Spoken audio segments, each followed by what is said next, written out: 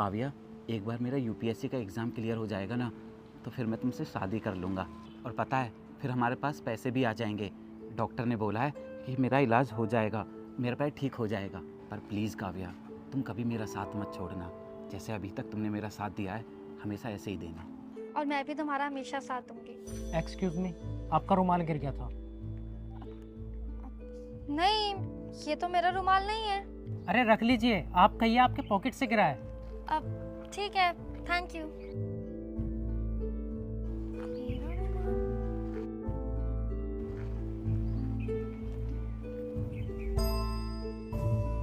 अरे तू क्यों इस लंगड़े के साथ है? अब ये साला गरीब भी है।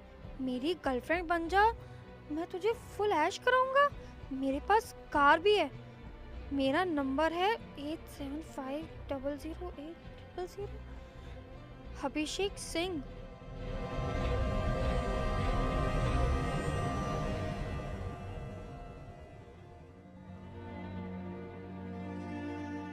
अच्छा सुनो काव्या, अब हम घर चलें क्या? वो राहुल, तुम एक काम करो, तुम घर जाओ, मैं थोड़ी देर में आती हूँ। वो क्या ना, मुझे एक जरूरी काम है, मैं आती हूँ। ठीक है।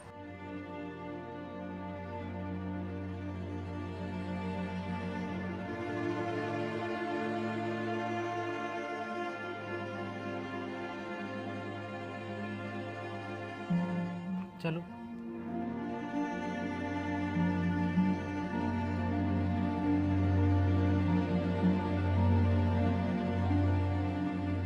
वैसे काव्या, समझदार तो हो तुम।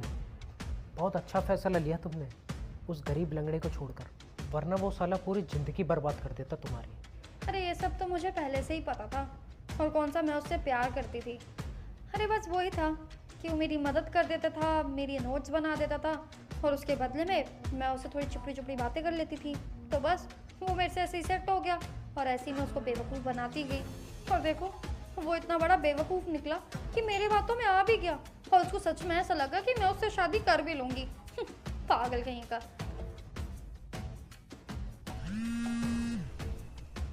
किसका फोन आ रहा है? उसी का। रूम में चले? चलो। वैसे भी तुम्हें हर वक्त रोमांस ही सूझता रहता है।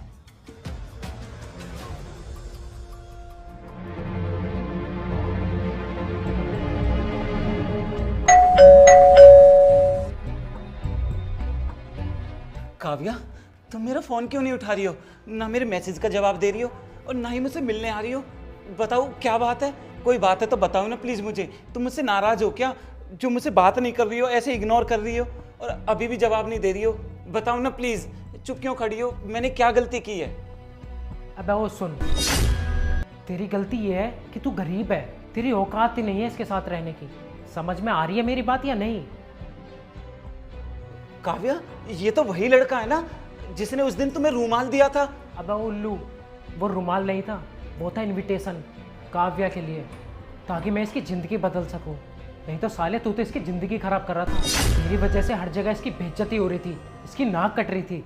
क्या? काव्या, ये सब क्या बोल रहा है ये? तुम तो मुझसे प्यार करती हो ना, फिर ये सब क्या है? बताओ ना प्लीज़ मुझे। देखो राहुल, सच्चाई तो यही है कि मैं तो तुम्हारे लायक ही नहीं हूँ, समझे? और इवन तुम जो इतने बड़े बड़े सपने देख रहे हो ना, वो भी तुम्हारी औकात से बाहर हैं, जैसे मैं तुम्हारी औकात से बाहर हूँ। और ये सब कुछ तो एक ड्रामा था, तुम्हें अपने जाल में फंसाने के लिए। वो तो तुम मेरा थोड़ा बहुत काम कर देते थे, इसलिए मैं भी तुमसे प्यार से बात कर लेती थी। लेकिन तुमने सोच भी कैसे लिया कि तुम जैसे लंगड़े की इतनी सुंदर गर्लफ्रेंड बनेगी? और तुम्हें ना एक और बात क्लियर कर देती हूँ, ये जो तुम यूपीएससी क्लियर करने के सपने देखते हो ना, वो छोड़ दो, क्योंकि मैं और यूपीएससी दोनों ना तुम्हारे औकात से बहुत बाहर है। अब वो लंगड़े, अब सुन लिया ना, चल अब निकल यहाँ से, वरना साले दूसरी टांग भी तोड़ दूंगा तेरी।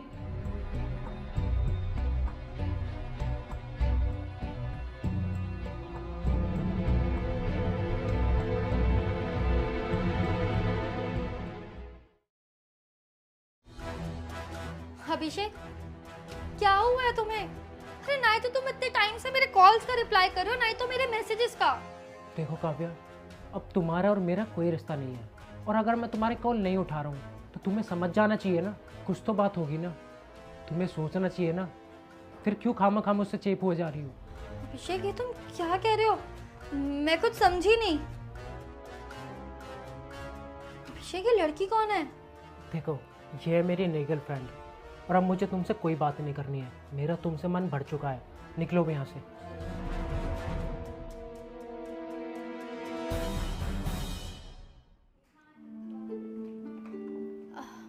राहुल, कॉन्ग्रेचुलेशंस। सुनने में आया कि तुम आईएएस बन गए और मैं आज तुम्हारे ऑफिस तुम्हें कॉन्ग्रेचुलेट करने आई हूँ। I am so happy for you. हाँ काव्या, साफ दिल से मेहनत जो की थी मैंने, तो क्यों नहीं होता यूपीएससी क्लियर। और सिर्फ यूपीएससी नहीं, आप साफ दिल से कोई भी काम करो ना तो उसका परिणाम हमेशा सुखद ही होता है। भले ही कई बार देर हो जाए, लेकिन साफ दिल से मेहनत करने वालों की ना अंत में हमेशा जीत ही होती है। और मैंने सिर्फ यूपीएससी क्लियर नहीं किया, बल्कि मेरा पैर भी पूरी तरीके से ठीक हो गया है। याद है तुम्हें, मैंने एक बार तुमसे कहा था कि अगर मेरा यूपीएससी क्लियर हो जाएगा तो फिर मैं तुमसे शादी कर लूँगा और फिर मेरा पैर भी ठीक हो जाएगा। लेकिन तुमने मेरा यकीन नहीं किया था, तुमने मुझे छोड़ दिया था। और छोड़ना तो कोई बात नहीं, क्योंकि तुम्हारी अपनी चॉइस थी, पर तुमने मेरा मजाक उड़ाया था, मेरे लंगड़ेपन का मजाक उड़ाया था, यहाँ तक कि मेरे यूपीएससी के सपने का भी। क्या बोला था तुमने? कि मेरी औकात नहीं है यूपीएससी क्लियर करने की। काव्या, कभी भी किसी इंसान को उसकी परिस्थितियों से जज नहीं करना चाहिए। और अगर किसी का हौसला बढ़ा नहीं सकते ना, तो कम से कम उसका हौसला तोड़ो मत। वैसे मुझे पता है कि आज तुम मेरे पास क्यों आई हो। तुम मुझे यहाँ कॉन्ग्रेचुलेसन बोलने नहीं, बल्कि अपने मतलब से आई हो, क्योंकि तुम्हें अभिषेक ने छोड़ दिया है, जैसे तुमने मुझे छोड़ा था। तुमने अभिषेक के चक्कर में आकर मुझे धोखा दिया था, और आज अभिषेक ने किसी दूसरी लड़की के लिए तुम्हें धोखा दे दिया। एक बात बोलूं काव्या, ज़्यादा चालाकी से ना तुम किसी इंसान को बेवकूफ़ बना सकती हो, उससे अपने काम करवा सकती हो, लेकिन चालाकी करके कभी काबिल इंसान नहीं बन सकती हो, और ना ही भगवान को बेवकूफ़ बना सकती हो। ऊपर वाला सब देखता है, और अगर तुम किसी के साथ गलत करोगे ना, तो ऊपर वाला तुम्हारे किए की सज़ा तुम्हें ज़रूर देगा। खैर, अब तुम जा सकती हो, निकलो।